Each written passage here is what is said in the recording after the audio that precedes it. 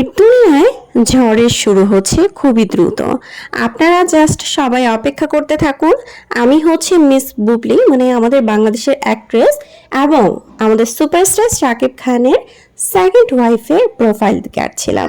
হঠাৎ করে দেখি একদম পুরো ঝড় ওঠার মতো কিছু কার্যকলাপ চলে এসেছে।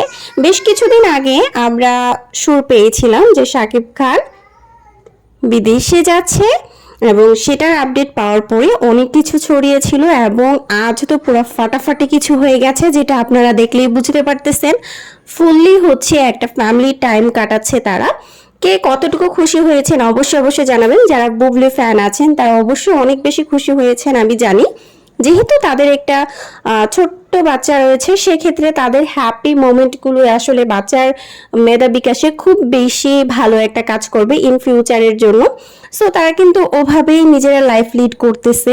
আমাদের সুপারস্টার সাকিব খান সে কিন্তু অনেক পরিমাণ চালাক এবং খুবই ভালো মানের একজন মানুষ, সেটা তাকে কিন্তু দেখলেই বোঝা যায়। কারণ দেখেন, মাত্র 12 মিনিটের তফাতে 17K লাইক কমেন্ট পড়ে গেছে এবং অনেকগুলো কমেন্টস পড়েছে, যেখানে আপনারা দেখতেই পারতেছেন সবাই কিন্তু অনেক ভালো ভালো মন্তব্য করেছে।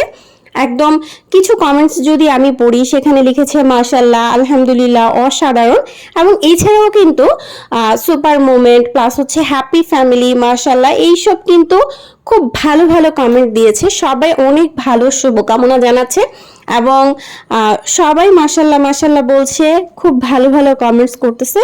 তো এইটা কিন্তু হচ্ছে কোনো ফেক পিকচার বানানো না, একদম হচ্ছে রিয়েল কিছু। মাত্র 12 মিনিট আগে যেহেতু আমাদের বুবলি ম্যাডাম এটা পোস্ট করেছে, সো সেই ক্ষেত্রে কিন্তু আমি আপনাদেরকে আপডেট দিয়েছি। সবাই অবশ্যই শুভকামনা জানাবেন এবং কে কে এটার সাথে অনেক বেশি খুশি আছেন সেটাও জানাবেন। যারা গ্রাহক রয়েছে কিংবা আমাদের বুবলি ম্যাডাম কিংবা সুপারস্টার শাকিব খান যারাই হচ্ছে না কেন তাদের ফ্যান, তারা কিন্তু অনেক অনেক বেশি খুশি হয়েছে এবং সবাই অনেক বেশি শুভকামনা জানাচ্ছে। কেউ কিন্তু বিতর্ক কিংবা অন্যরকম কোনো মন্তব্য করছে না, দু একজন তো হতেই পারে। 3.7K কমেন্টস হয়েছে এবং একদিন আগে সে কিন্তু ময়নার যে ইউটিউব ট্রেন্ডিং চলতেছে সেটা কিন্তু সে আপলোড করেছিল এবং পরবর্তী সময়ে কিন্তু আজকে আমরা দেখলাম